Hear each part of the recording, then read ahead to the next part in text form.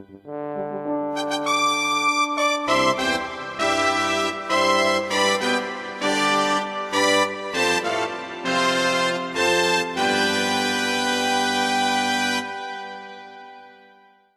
6 o'clock, I'd like to call a meeting to order. Got a roll, Cindy?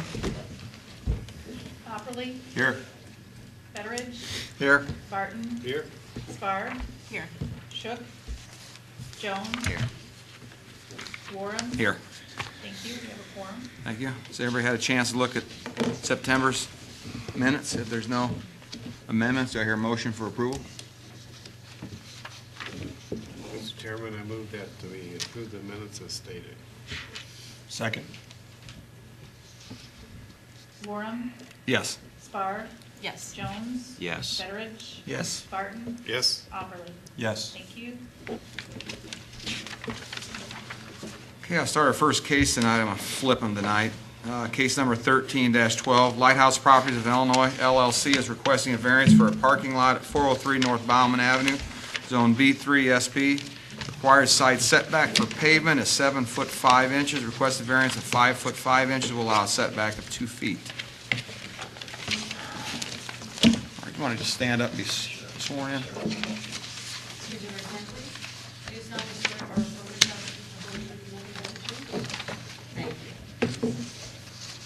Can I just have your address, name and address for, Yeah, Jeff Grimm, my home address, uh, or the business. business be fine. 100 West Jackson Street.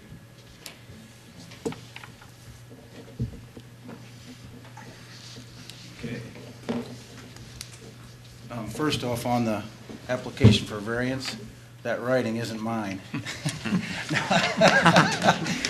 Roger and I used to work together, and he always gave me a hard time about my writing. And so when I turned it in, he said, "We're not going to turn it in like this, Jeff." So anyway, what I'm asking for is we're planning on putting a new parking lot right where this 408, 403 property is. And so what I'm asking for is we had a variance here for 2 feet from the parking lot, and I'm asking just to move that over to the end of 403. To be able to, I don't know if you have a drawing or not, I think you do. To be able to get 2 rows of parking in there is the only way it really makes it economical, feasible to do the whole lot. And it's pretty tight at the 2 feet, and so that's why I'm asking. So basically, we're just asking to extend that lot to the next lot where the house was, 403 Bauman. Any questions or anything? Is 409 zone, that's all same zoning, isn't it, throughout that? Where does that zoning stop? I think it's I'm not sure if it's at that property line. past, I think it's that one. The next house? After 409, I think. After 409, I think it is. I can look if I can get it to come up on my map Oh, here. yeah, that's,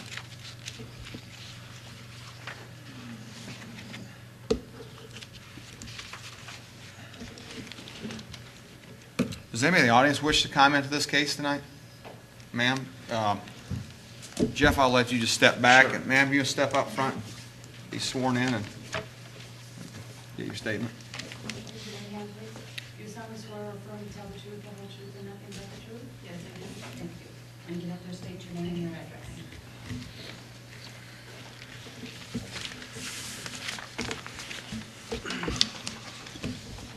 My name's Kathy Mathis. I live at 417 North Bauman Avenue, so right next door almost type thing.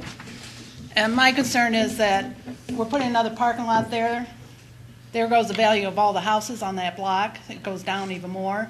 Last time I had an appraisal done, which I've lived in my house for 33 years, so I've been there a long time.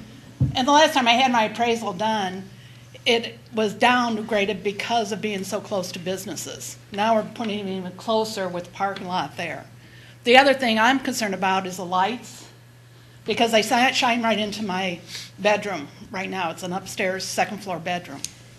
And even though the parking lot's 2 houses away now, you're putting it one more closer in. So I'm just concerned about that, and the value that you're gonna be losing on all the properties along that street there. So that's my comments. Okay, thank you. That next property, 409, is B2. Okay, It's business, but not B3. and then she's in, Let's see. I'm right next door to that. you're right, Yeah, next it's- to 409, okay, I see it now. The next one up. How long has that been zoned like that, Roger? Do you know how many years? I mean, That B2 has been a long time. Mm-hmm. We've not changed it. Jeff's changed from B2 to B3 Mm-hmm. within the last 5 years, or, I don't remember when we did that now. Maybe, I don't know. Yeah. It's 403, it's at B3. It's been zoned like that as long as I've served. Is 409 a rental property? Okay. Yes. Just looking at it, I believe it seemed like it. Christine Schauble owns it. Okay. Yeah.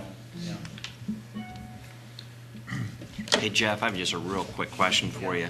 When you, if this gets granted, are you going to have to rearrange any of the lighting, or will the lighting accommodate the additional parking? Yeah, we were not planning on changing any lighting. No additional lighting, so that'll remain the same? Correct. Okay, all right. Are those on all night, or, They're supposed to shut off at 11 o'clock. Sometimes they do, sometimes they don't. Yeah, it's possible there's times when that, like the time changes and stuff, where we miss it for a little bit. oh, okay. Now, we could look at getting I'm not sure what the electrical term is, but a hood, a deflector that gets the light pointed where you want the light instead Just of away from her. spreading. Right. We did that on the other side. I've never heard anything over here, so I never did anything, but we'd be glad to do that. Okay. With that, That would take care of On it. the other side, there was a couple houses on the other lot to the east. We put some shields up. I think that'd work out, Yeah. being that zone that,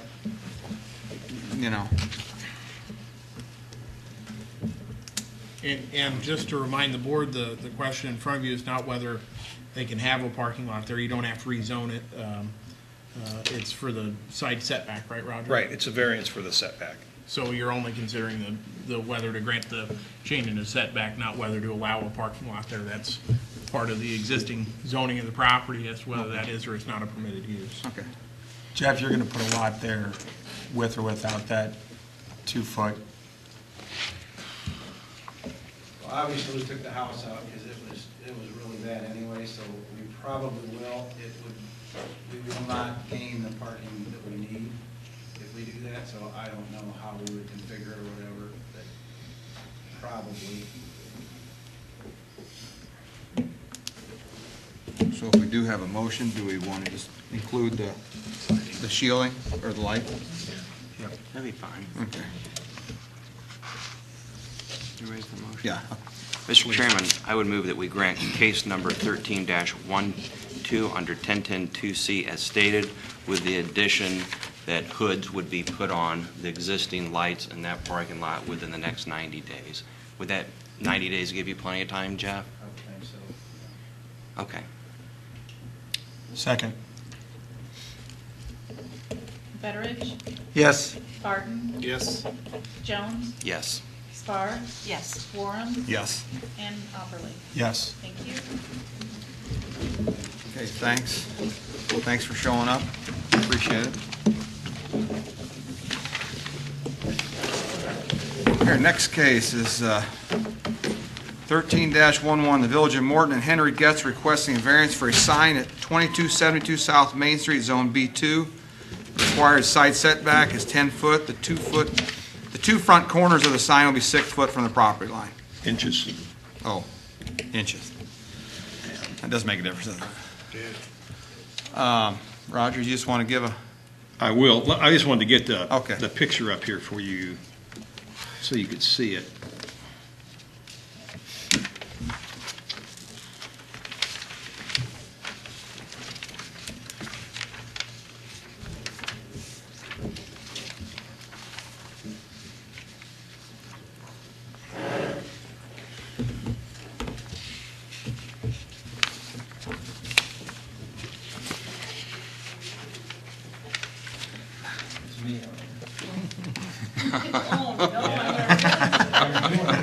Everybody gets to ask me questions.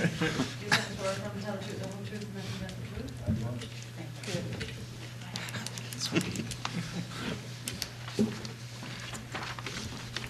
Okay, the drawing that we've given you shows. Can you state your name and address, I'm please? sorry. Roger Spangler, 318 East Forestwood. The drawing that we provided you shows the layout. And this is kind of a unique piece of property because it really doesn't look like that. That is actually a point. So the drawing I showed you is actually what's there. So in order for us to get this sign on there, we had to move it back a little farther than we would really like to have had it. But it just does fit in there. And Mr. Getz was kind enough to, if we could get this approved, to give us permission to put the sign on that property. The hardship that we have is, as we worked on this, trying to find an entry sign on the south end of Morton, we could not find anything that didn't have, we tried, Grimm's offered to let us put it there, but there's a big electrical line that runs through there, and then would have to have it so far back that it's actually going to be in the way of their parking lot. Same way with Yorty Turkey Farm farther to the north. So this is kind of where we ended up. Well, Bill can testify to that because he's been helping me on it, trying to find a spot to land this thing. So it's going to be, as the drawing shows, it's going to be the exact sign that we have already built in 3 other locations. So they look really nice. This one going to be lit eventually? Yeah, we're gonna. Have you seen the one on Jackson? Now Yes. it was lit. They finally got power to it. This one over here at Birchwood is pretty well lit with the intersection. So we've got the one on West Jackson to get lit yet. So No, they look really nice. They do look nice. if you have questions, I'll Thanks, Roger. glad Did to a do great it. job. Yeah. I've got questions, but you don't have enough time for them. Well, with that, do I hear a motion? Mr. Chairman, I would move that we grant case number 13-11 under 10-2C as stated. Second.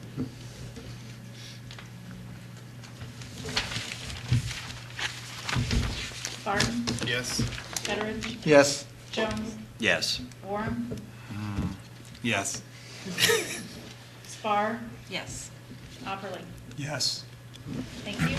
Mr. Getz, thanks Thank you, for the Mr. Getz. accommodation. Yeah, thanks a lot. Thank you for the accommodation. I could have mentioned that Bill Morton. There you did go. not object. Okay. I guess our other business, we can talk about our statement we were reading. I just want to ask Pat about just the legality of, if we started reading it, and actually I learned some stuff tonight as far as what it says, but Pat, you have a comment? Well, I'm here as a service for the board, so whatever information you guys feel I need to provide to you on a meeting-by-meeting basis, I'm happy to provide that, whether that's reading a statement or whether that's not. When I feel the need to interject in certain points to clarify or hit on things, I will certainly do so. Outside of that, it's up to you guys as to whether you wish for me to continue that practice. It was something we initiated a few meetings ago. And my preference is whatever you guys decide. If we set some precedents and we just continue it moving forward one way or another. But since we hadn't brought this to the board as a whole, and I don't necessarily need to know tonight, but I would kind of throw the ball in your guys' court as to what you need from me. The statement is essentially a recitation of what's in the village code and Illinois law about your duties as a board. Whether you feel it's helpful to get that on a meeting-by-meeting basis, or whether I've said it enough to where it's ingrained in your head, or whether doing it, once a year or something would be helpful. Whatever the case may be, I just want to make sure I'm following whatever standard you expect of me as your counsel for these meetings. Well, I appreciate that and everything that you've done for the board. My pleasure. What does everybody else think? You guys, I think it helps educate everybody that is in attendance and that has a case and that watches. I think it kind of informs them going into it, for a case that they've got now or in the future. So I think it's beneficial in that manner. so you'd want to see us continue with it? Yes. Yeah, I mean, I don't know how it necessarily hurts. I mean, it's just more information, kind of gives them a background on our decision-making. Mary, how? I agree with that. I think that makes sense. I don't think that we would need it every time, but I think that For the, for people that are coming, okay. it would be helpful. And I may be able to abbreviate it as well. I know it's a little more lengthy than, I do an announcement in the Plan Commission meeting as well. That's a little shorter, so it may be something where I can abbreviate so I don't get too wordy with it. But at the same time, it's what needs to be said, you know, and there's only so much I can do to carve it down. Okay. But maybe we'll kind of see what improvements I can make on the practice before next meeting and plan to make the announcement at next meeting, and we can kind of work to refine what. I do think some cases do need the entire, At the same time, I think we also needed to take into consideration what is the definition of hardship. And I think that needs to be better defined and explained, because I think that, and I don't know how the rest of the board feels about it, but I would say if you're truly looking at the definition of hardship, I would say 90% plus of these cases would not fall within the definition of hardship. However, with that being said, I do feel that 90% of the cases that come forward, it's not going to be black and white. I think you're going to have some gray, and I just want it to be a level playing field for everybody that comes in front of the board as to what the board sees as the definition of hardship. That's the only thing that I want to make sure is clear. And one of the nuances of your authority as a board is you are an adjudicative body. You hear evidence presented before you. You have the opportunity to cross-examine witnesses, and as a board make a final determination, not dissimilar from a judge's determination in a particular case. And your point's very well founded that these cases come to you fundamentally living in most cases in a world of gray. And so it's having the hardship issue, having some clarity on what the bounds of that are is important. At the same time, ultimately, the final determination is always going to come down to you as a board within certain reasons and realms, but you have to, as a fact-making body, kind of adjudicate and decide what you feel is a sufficient hardship and what meets the standards in your code. Okay. that explains it a lot better. Steve, did you have anything to this? No, sir. Okay. Roger? Thanks for listening to me. It was a pleasure. Steve, do you have anything else you want tonight, or? I think not. Thank you. All right. Cindy? No, sir. Okay. Well, with that, do I hear a motion? We can have I move that we adjourn. roll, please. So we need a second. Or- Henry taken care of? Yes, second. Did you get Henry taken care of? I'll second. Just barely slid it through. Warren, Yes. Spar, Yes. Fedorich, Yes. Barton, Yes. Opperly, Yes. Jones. Yes. Thank you. Meeting adjourned.